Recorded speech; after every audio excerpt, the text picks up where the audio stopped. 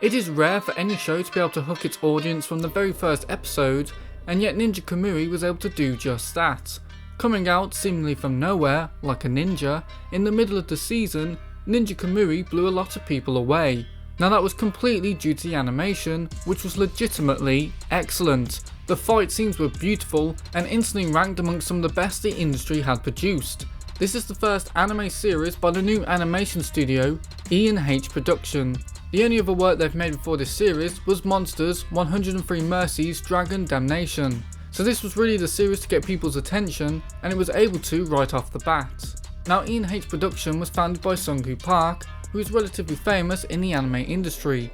He was the director for the anime series The God of High School and the first season of Jujutsu Kaisen, as well as its movie Jujutsu Kaisen 0. Given the high quality animation present in both series, as well as both being well regarded when it came to fight scenes, you can see why he was able to make a name for himself. But after leaving Mappa, the man set up his own studio, and the studio's first anime was instantly able to make a name for itself. Personally, when I watched the first couple of episodes of Ninja Kamui, I wasn't impressed. That's because, despite being a very good looking anime, the story and characters just weren't grabbing me. Now that's not an issue. This looked like an action series that was going to deliver on great action, and that's perfectly fine. I expected this to be an anime like Afro Samurai, where a lot of people would love it for its action and aesthetic, and I would just be someone who didn't really click with it, which again is fine. Different people like different things. But man, this show really dropped off the deep end. No, God! No, God, please, no! No! No! No! This is the worst.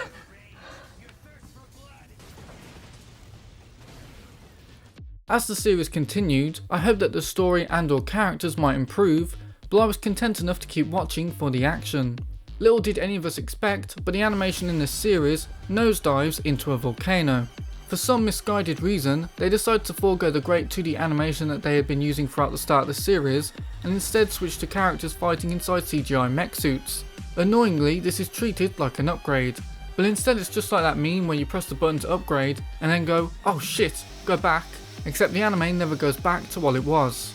This was an anime recommendable purely for its high quality animation, and when it lost that, there was really no reason to keep watching. Does Ninja Kamui feature the worst CGI I've ever seen in an anime? No, but it's not on the level of Studio Orange by any means, and it certainly isn't anywhere near the level of quality of the 2D animation present in the earlier episodes. Without the great animation, this series then had to rely on its story and characters, and like I said, they were never really that great from day one. The story actually nosedives alongside the animation, which is weird because it wasn't that strong to begin with. Without getting into too many spoilers, Ninja Kamui sets itself up as a simple revenge story, a story that could easily be carried by great fight scenes. The story is essentially the first John Wick film, except Higan, the main character, arguably loses something more precious than a dog. Arguably, Theon Greyjoy deserved worse than he got. But regardless, the story of Ninja Kamui looked like it was going to be a simple one, and I believe that the execution of that story would be effective.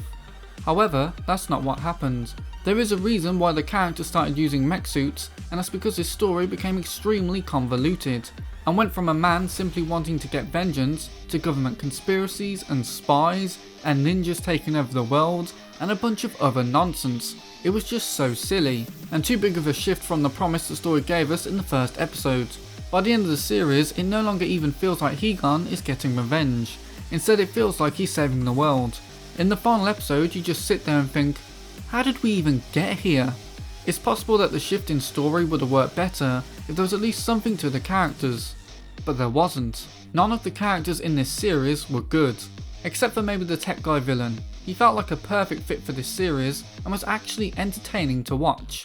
He was like a spoiled rich kid and he was just fun. I wouldn't argue that he was an exceptionally well written character, or even a great character by any means, but he was fun, and had the series continued with greatly animated spectacle, then maybe I'd have loved his character even more.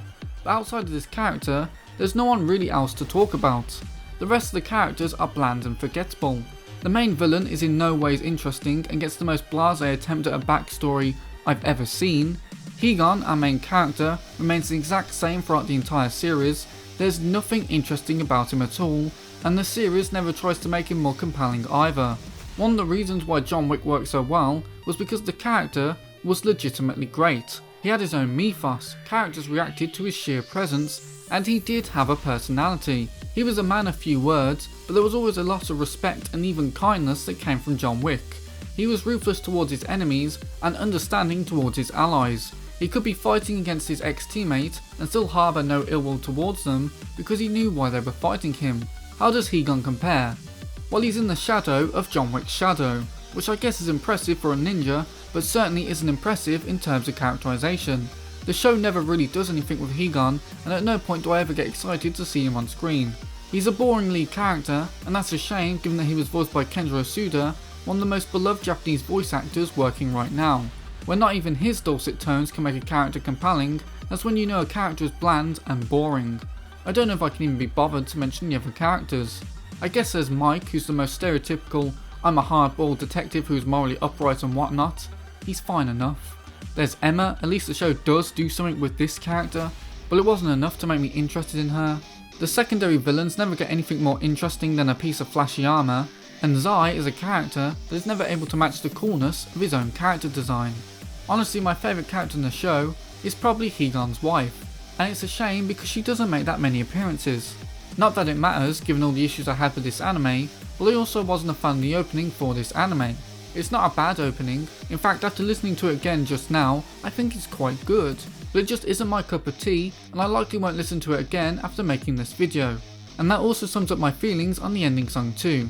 Also, before I wrap up, I need to talk about this anime's ending. Given the fate of the world is somehow at stake here, the ending feels so lackluster and anticlimactic. Maybe it's because I no longer cared about what was happening, but even so, the ending to this anime is such a wet fart. I literally watched as the show ended and the credits rolled, and I was like, is that it?